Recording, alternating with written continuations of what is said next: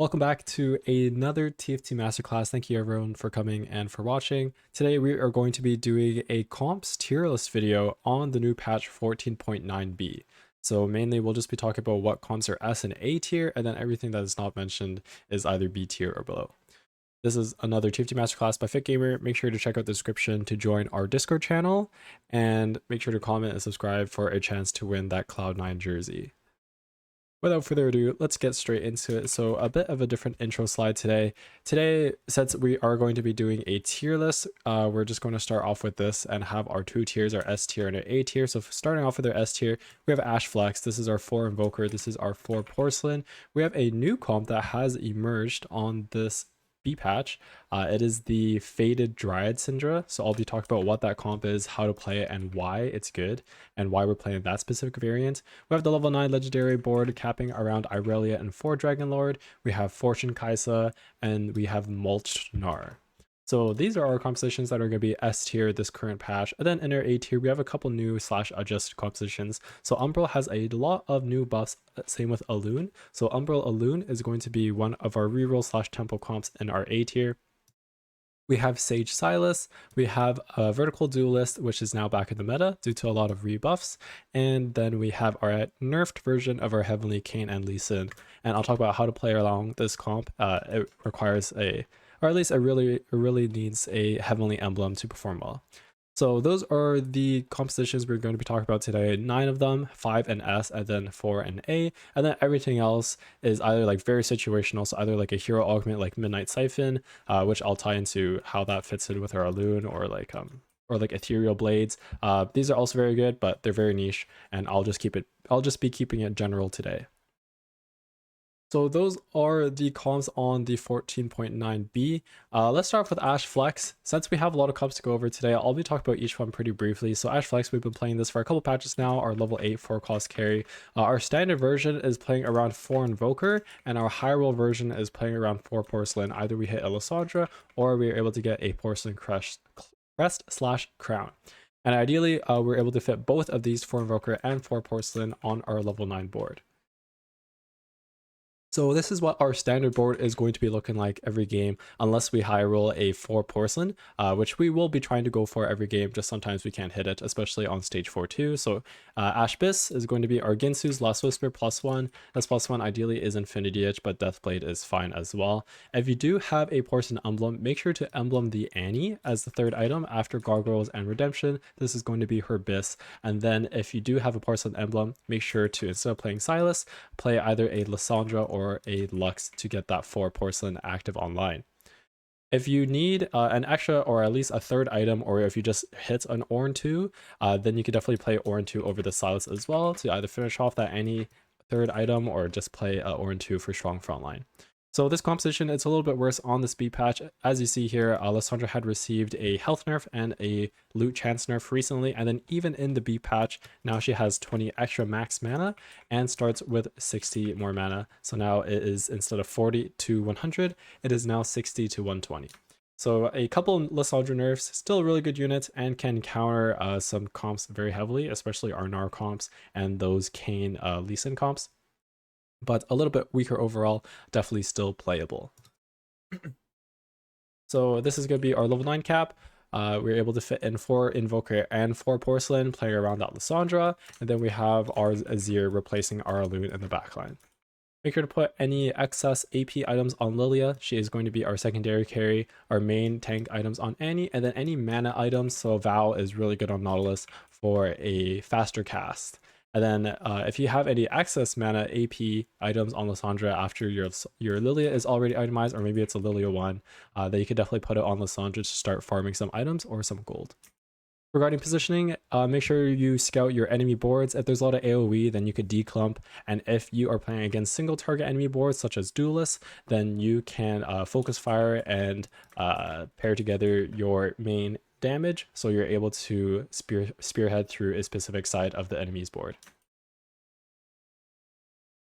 So that's the Ashe board. Make sure you keep an eye out for any Porcelain Crest or Crown. Boiling Point is very good on this composition if it's not 2-1, so either on 3-2 or 4-2. And then pumping up extra attack speed in this composition is very good, and the units just love it.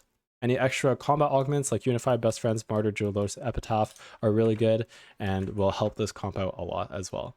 So keep an eye out for this. Really good comp right now, especially if you're able to hit that 4 Porcelain. But even if you don't have 4 Porcelain on stage 4, you definitely want to end 4 Porcelain either through a Crest or Crown or just from hitting Lysandra and able to slot this in. So that's the first comp. We already talked about that a couple classes ago and it's been around. A new comp is the Faded Dryad Syndra composition. So this is going to be a level 8 composition and you'll be playing this board on level 8 on stage 4. This is mainly a magic damage composition, so we're going to be wanting some form of shred, either through a spark or a shiv.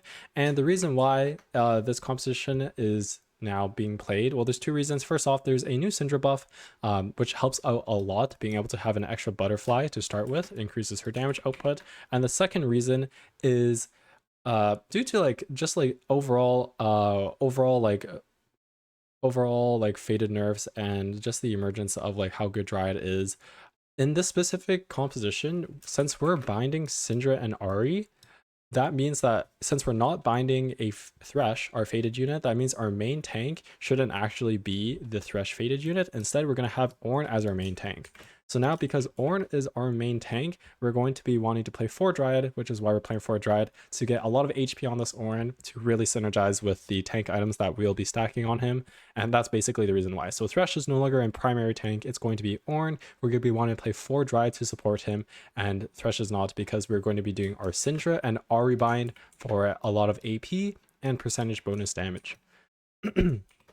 So that is an intro into what this comp is. This is what the comp is going to look like on level 8. So basically, if you don't have any Set or Azir, then you're able to play this comp pretty cleanly. I think playing a Annie and a Lilia on level 8 instead of 2 extra Dryads is better, unless you have either a Set or Azir. So this is the board you'll be playing if you do not have a Set or Azir. Just play either Annie plus an Invoker, or play like an Alawi 2 instead of Annie, and then a 4th Arcanist for the time being.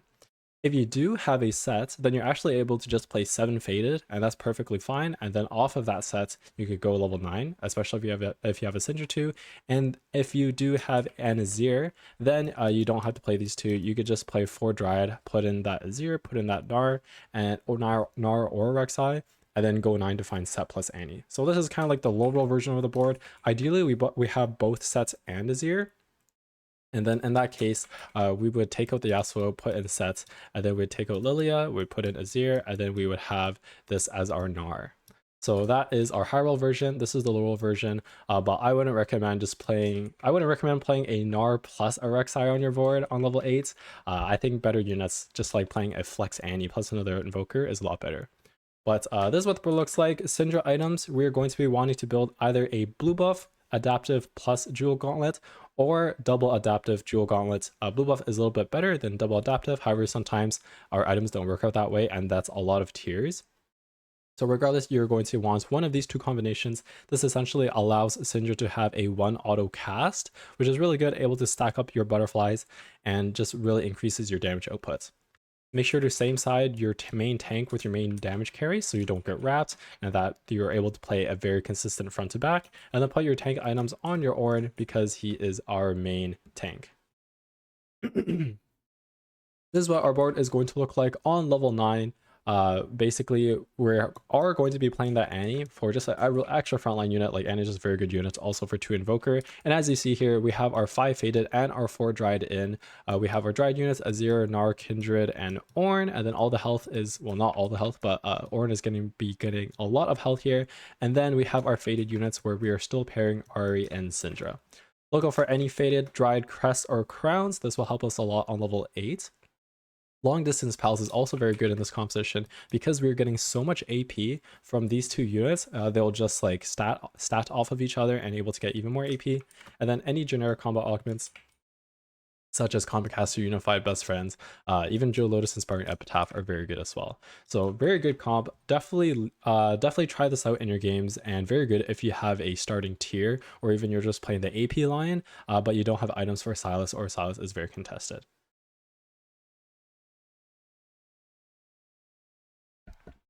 Okay, so moving on, we have our legendary level 9 board playing around Ireila and 4 Dragonlord. This comp has been here for a while. Normally you'd play this from either a tempo augment or just a tempo start. So augments such as slamming, such as epic. These are general indications that you can be trying to go for a level 9 board just because you have extra econ or extra money. Definitely play around the Irelia core, and if you have Galu and Riven, then definitely play around that. But if you do hit like the Ornn, Udyr, Behemoths during your level 9 roll down, then you'll just play that version instead. So a little bit flex, but regardless, these two are droppable for either Ornn and Udyr, but we do want to be playing that for Dragonlord so we get that board rights done. Best in slot Irelia is going to be Runons, Red Buff, and Guardbreaker. I hear that there's makings of an Irelia Infinity Edge bug right now, so I would stay away from that. I don't know if it's that big of a deal, but these are Herbis anyway. Being able to apply the red buff to the entire enemy team, and then having our tank items on the Galio or the Ornn/Udyr, our secondary on our Rakan or our Wukong, depending on what they are. So super good comp, a little bit hard to get to. I would definitely just play this either from a tempo win streak opener, or if you have a tempo augment that allows you to be slightly ahead of the average econ of the lobby.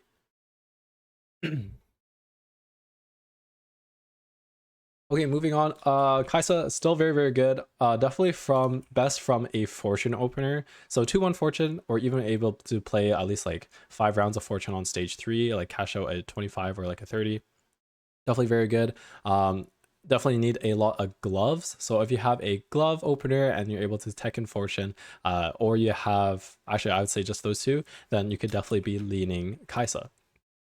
These are 2 boards. This is going to be our standard board. We've been through this before: 4 bruiser, 4 trick shots, and then once you cash out, you play into this board. Or if you have a super cash out, then you're able to just go level 9, roll on 9, and then play on the higher capped board, which is the 4 Dragonlord variation.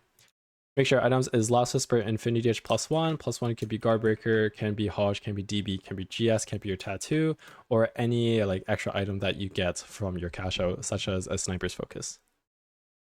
I won't spend too long on this composition since we've been through a lot.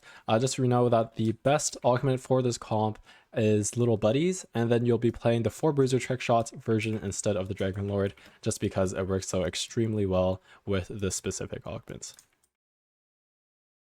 So yeah, Fortune into Kai'Sa is still very, very strong. Definitely playable. And then moving on to our mulched Gnar. Dryad reroll is still playable even with a little bit of the recent nerfs, but now that Ghostly bug was reverted and now Ghostly is no longer a selfish trait, I don't know if that's supposed to be patched or like implemented on the next patch, but it was implemented too early. But now they reverted that, and since we play 4 Ghostly in this composition, since the Ghostly bug is fixed, we're able to play this comp again. So 6 Dryad had a little bit of a nerf. I definitely just play this if you have an insane Gnar spot early, or if you have 2-1 mulched. This is what your level 6 board is going to look like, unless you hit an Ornn or a Kayn. You're going to be re-rolling on level 6 for that Gnar 3, Kindred 3. Gnar, you definitely want BT Titans +1, either a Hodge, either a Sterk, or another BT or another Titans. This is fine. And then Kindred, blue buff, some form of healing reduction, so either Morello or red buff, and then some AP, either Rabadons or Archangel. If you do end up high rolling the Ornn, then you want to drop the Faded and then just play 4 Dryad. So then you'll just play like a Rek'Sai and your Ornn. And then vice versa, if you do end up high rolling the Kayn, then once again, you drop the 2 Faded and then you'll play your Kayn and another ghostly unit such as Aatrox. This will be a level 6, and then once you hit both your carries, you're able to pump levels and go into this board, which is going to be a level 8 board where you play 4 Dryad, 4 Ghostly, and it's pretty good. Your secondary items will go on to Kayn, and then try to get an Even Shroud or a Last Whisper for some armor reduction. Mulched is going to be the best augment for this composition on 2-1. Gargantuan, heavy hitters, 2 healthy are also very good. And then any generic combat augment to help you out, especially Baboom, because Kindred is going to be casting so frequently. That's the Gnar comp. And then, so those are all the S tier comps for today. We're going to move on to the A tier comps now. So this is a new comp, Umbral Alune. This is going to be an either level 6 to 7 reroll composition, depending on your augments. So for example, if you have Midnight Siphon, then you are going to be re-rolling on level 6 for the York 3, and then going for Alune on level 7. Or a temple comp, depending on your spots. I personally would only angle this composition if you have Umbral +1. That way you're able to guarantee 6 Umbral on level 6 or level, on level 7 or level 8, and you don't have to rely on sets. I think the spike from 4 to 6 Umbral is really big, and 6 and 9 Umbral were the ones that were buffed. So definitely I would only angle this composition from an Umbral +1, or if you had Midnight Siphon. This composition is pretty good. You have built-in shred, even though it's only 20% compared to a Shiv or a Spark 30%, it'll still definitely help you out, and this Alune does a lot of damage. This is what the board is going to look like. In this composition, we use a lot of rods, tears, and cloaks, namely adaptive, because our two main Umbral units are very happy with any AP item. So Sylas, his BIS is going to be Crown Guard Spark +1, and this +1 he is perfectly happy with Adaptive Helm. Really loves the resistances on top of the large Umbral shield. And then for Alune, I think the biggest bait is people building Shojin on her. I would just go Morello or red buff, so some form of healing reduction. Archangel, because this having such a large shield on your entire board actually stalls the fight for quite a while. And Alune, the way her ability works is she hits the actual target that she's hitting, and then the second part of her damage is spread out throughout the largest column of enemies. But if it's just a one target, you're basically just one-shotting that unit, especially if you have Archangel. So Archangel is super good, and then Adaptive Helm is really good on her to help her cast more frequently. So that's why Rod, Tears, and Cloaks are very helpful on here. And then that is the Alune BIS.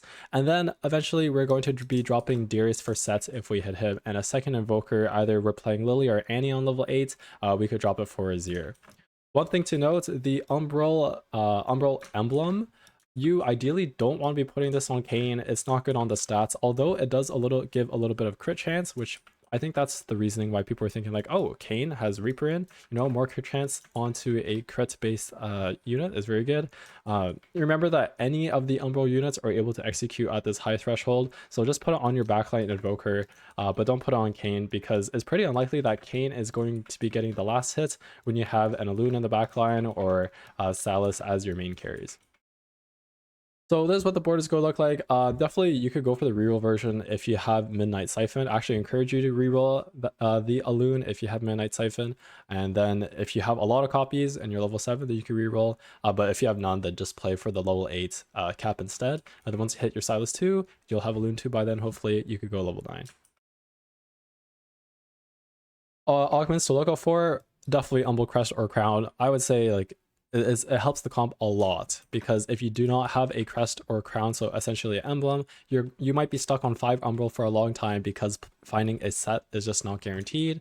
Wrath of the Moon, extremely good, adding extra damage onto Umbral units. Midnight Siphon is very good. Midnight Siphon Plus is actually the best performing augment currently. The Yorick is just insane as the hero augments, and then items you put on him is going to be Bramble Vest, Redemption, and Dragon Claw, and he just doesn't die, does a ton of damage, and stalls the fight for your Archangel Alune. And then Magic Wand's very good, Unified Resistance, Complicaster are fine as well. So that is our first A-tier comp. Our second one is going to be Sage, Morg, Sylas, and I see a couple players kind of playing this composition wrong, so I'll talk about like exactly what to do here and common mistakes. This is a tempo composition. So what this means is ideally a tempo composition is not a win-out composition. So ideally you want to be playing this from a tempo spot, either like a win streak opener, but you don't want to be like opening into this AP Morg Sylas comp technically. And if you are opening, you're wanting to go into a better composition or a fast 9 composition. The reason why is we play a lot of like low cost or very accessible units to form a pseudo strong board and allow us to save money and try to go 9 ASAP and cap around that Hui, Rakan, and Wukong.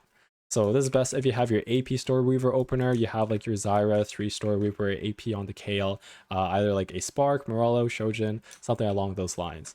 And then we're going to be playing around the Morgana and Sylas.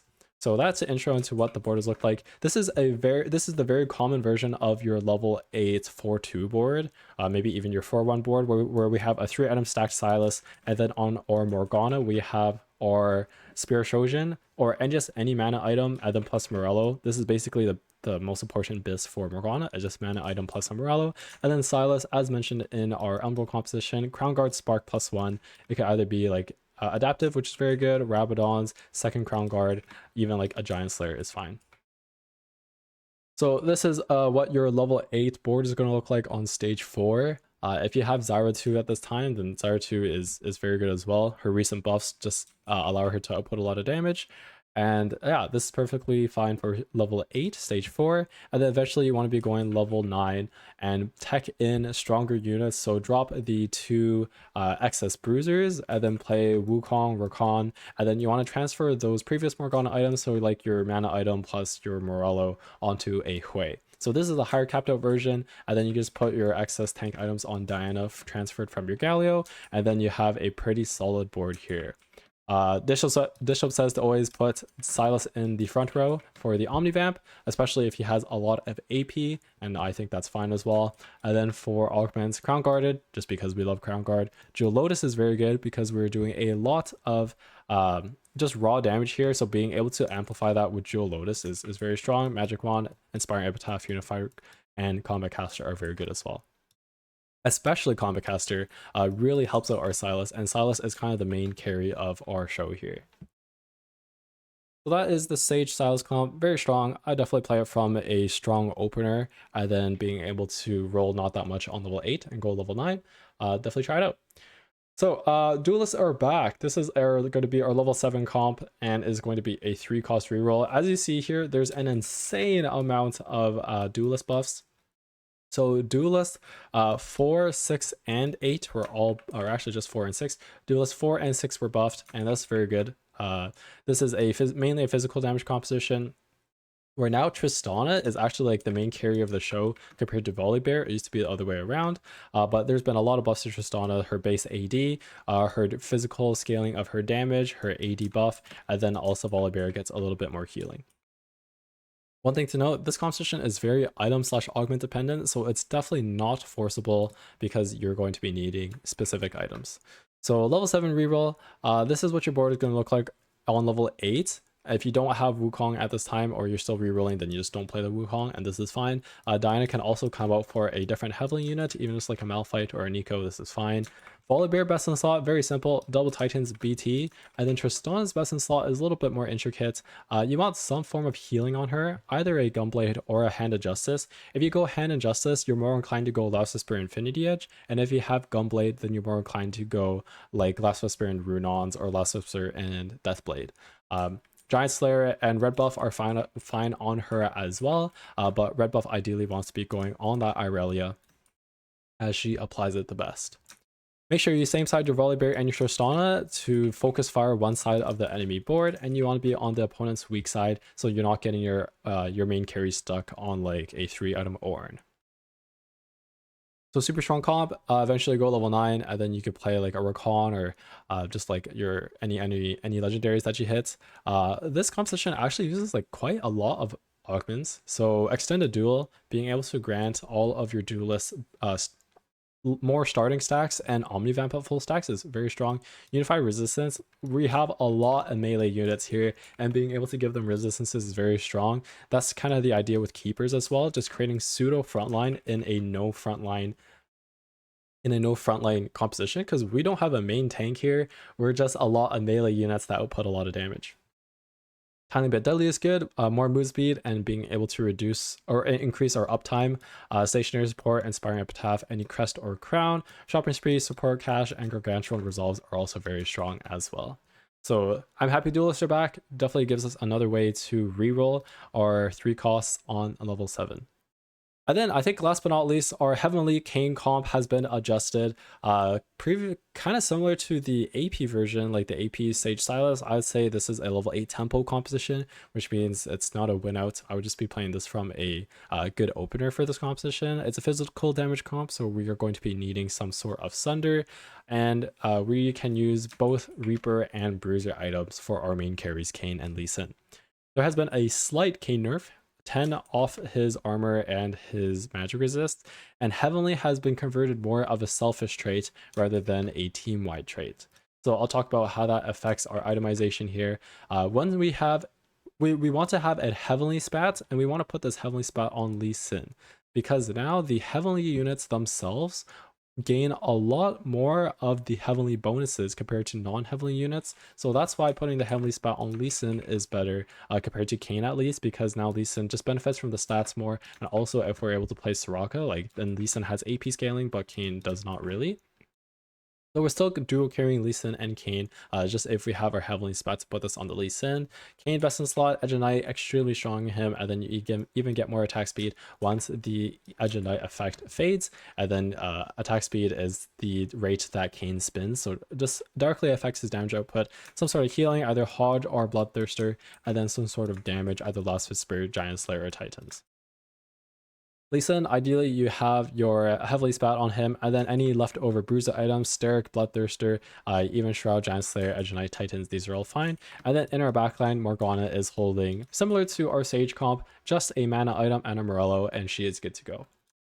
So still a strong comp, especially if we are able to hit that Heavenly Crest or Crown. Support Cash, Banshees is still extremely strong in this composition. Stationary support for those support items. Divine Rolls, being able to just be ahead of tempo and hit everything. And then any combat augments that will help out our main carries. So that has been everything for today. We talked about 9 different compositions, and I'll just pull up the final tier list again so everyone can take a look at it as I reiterate everything. We have 5 comps in S tier and 4 comps in A tier. We have our Porcelain, Ashe, either 4 Invoker, 4 Porcelain. Ideally, we have both. Our new Faded Dryad Syndra composition, level 9 Legendary Ireila board with 4 Dragonlord, Fortune Kai'sa, and Mulched Gnar. In our A tier, we have a new composition, Umbral Alune, so vertical 6 Umbral Alune with our +1 Sage Sylas, Heavenly Kayn and Lee Sin, and vertical Duelist is back in the meta.